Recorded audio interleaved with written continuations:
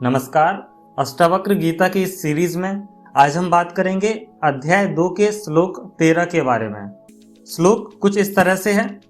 अहो अहम नमः मह्यम दक्षः नास्ति इहि मत्समः असंस्पृश्य शरीरेण येन विश्वम चिरम धृतम।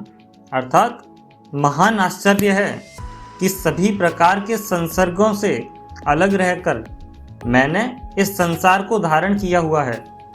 मैं ऐसा शरीर में रहते हुए भी उससे अलग रहकर करता हूँ। मेरे समान दूसरा कोई चतुर निपुण और कौन होगा।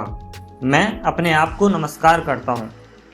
ये श्लोक राजा जनक जब अष्टावक्र को बताते हैं, अपनी आत्मबोध की परिपक्व स्थिति में बताते हैं। वे अब आत्मबोध को जानने लगे हैं, उसको समझने लगे हैं। एक मैच्योरिटी अब उनके अंदर आने लगी है जब वो इस आत्मज्ञान को समझने लगे हैं। ये आत्मज्ञान क्यों समझ रहे हैं? पहले अध्याय के पहले श्लोक में उन्होंने प्रश्न पूछा था कि कथम ज्ञान अवाप्नोति, किस तरह से ज्ञान मिलता है ये मुझे बताइए। और यहाँ पर उनको आत्मबोध के साथ ये ज्ञान मिल रहा है। हम इस श्लोक में राजा जनक की एक परिपक्व स्थिति को समझ रहे हैं। वे आत्मा की एक शाश्वत शक्ति और सर्वव्यापक सामर्थ्य की घोषणा करते हैं। वे कहते हैं कि आत्मा ना तो शरीर से संचालित होती है और ना ही किसी स्पर्श से प्रभावित ही होती है। फिर भी वही आत्मा संपूर्ण सृष्टि को धारण करती है, उसको एक अस्तित्व भी देती है। इस भाव में वे ये कह रहे हैं कि मेरे समान दक्ष और कौन होगा। यह कोई अहंकार नहीं है। ऐसा नहीं है कि वो बहुत ज़्यादा ईगो में आ गए हैं, उनको बहुत ज़्यादा नॉलेज हो गई है तो वो ईगोइस्टिक हो गए। ऐसा नहीं है।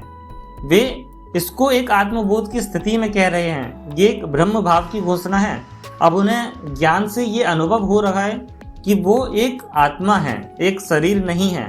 और जब ये ज्ञान हो जाता है, एक ब्रह्म भाव की अवधारणा अंदर आ जाती है, तो ये ब्रह्म भाव जागृत होने लगता है। ये आत्मज्ञान की वो स्थिति है जब साधक स्वयं को वह शक्ति मानता है जो सब कुछ चलाने वाला है। इसको एक उदाहरण के तौर पर अगर आप देखें तो सूर्य है, पृथ्वी से कितना दूर है। ऐसा तो नहीं है कि वो पृथ्वी को छू रहा है, लेकिन फिर भी दूर से ही वो पृथ्वी को प्रकाश भी देता है और ऊर्जा भी देता है। तभी खेतों में गेहूं उगते हैं, फल उगते हैं, पौधे उगते हैं, बीज पेड़ का रूप लेते हैं।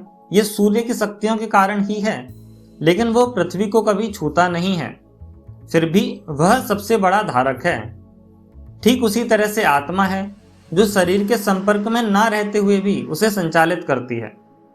आप अगर प्रोफेशनली इसको समझने की कोशिश करें तो बैंक में जब हम डिसीजनिंग देते हैं, जब एज अ क्रेडिट मैनेजर हम डिसीजन देखते हैं, तो हम कस्टमर से सीधे बात कर रहे हैं। लेकिन हमारे पीछे अगर आप देखोगे तो क्रेडिट पॉलिसी भी होगी, कुछ रिस्क मॉडल्स भी होंगे जो पीछे से हमको गाइड करते हैं कि किस तरह से एनालाइज किया जाएगा किसी भी केस को, किसी भी कस्टमर को। हम ये देखते हैं कि वो जो पॉलिसी बना रहे हैं वो डायरेक्टली तो कस्टमर के संपर्क में नहीं है, ना उनसे डायरेक्ट इंटरेक्शन कर रहे हैं, ना वो उनसे डायरेक्टली कोई साइन ले रहे हैं। फिर भी जो पूरा सिस्टम है ये उन्हीं की गाइडेंस के अकॉर्डिंग चलता है। ये पॉलिसीज उन आत्मा की तरह हैं जो असंस्पर्श होते हुए भी एक धारक की तरह काम करती हैं। आज का जो मॉडर्न टाइम है, अगर आप उसकी बात करेंगे तो एआई मॉडल्स हैं, चैट जीपीटी है, ये प्री ट्रेन्ड वेट से काम करते हैं। इनको पहले से कुछ चीज़ें ट्रेन की गई हैं। यूज़र इनपुट देता है, आप जब इनपुट देंगे, वहाँ जा करके कोई चीज़ पूछेंगे तो वो उसके अकॉर्डिंग अपने खुद के डिसीजन से कुछ शब्दों का चयन करेगा, कुछ तार्किक संरचना करेगा और उस तरह से वो आपको एक आउटपुट निकाल करके देगा। ये जो कोड हैं या इंटरफेस हैं, ये इस तरह से काम कर रहे हैं कि चैट जीपीटी उनको छुए बिना आपके पूरे आंसर्स को लेकर के आ रहा है। तो ये जो वेट्स हैं ये भी उस आत्मा के समान हैं जो अदृश्य हैं लेकिन सबसे महत्वपूर्ण हैं, और इन्हीं की वजह से चैट जीपीटी जैसे सिस्टम अच्छे से चलते हैं। ठीक उसी तरह से आत्मा की वजह से जो हमारा ये शरीर है ये भी काफ़ी अच्छे से कार्य करता है और इसका एक अस्तित्व है। अगर आत्मा ही ना होगी तो शरीर का भी अस्तित्व नहीं होगा। आज हमने अष्टावक्र गीता के श्लोक 13 को कंप्लीट किया, जहां राजा जनक की आत्मबोध की स्थिति की परिपक्वता हम यहाँ पर समझ पा रहे हैं। आगे के श्लोक में और भी ज्ञान की बातें होंगी और भी कई रहस्य उजागर होंगे। पहले श्लोक से वीडियो देखें जिससे कि आप समझ पाएंगे कि हम किन प्रश्नों के उत्तर खोजने की कोशिश कर रहे हैं। आज के लिए इतना ही। नमस्कार।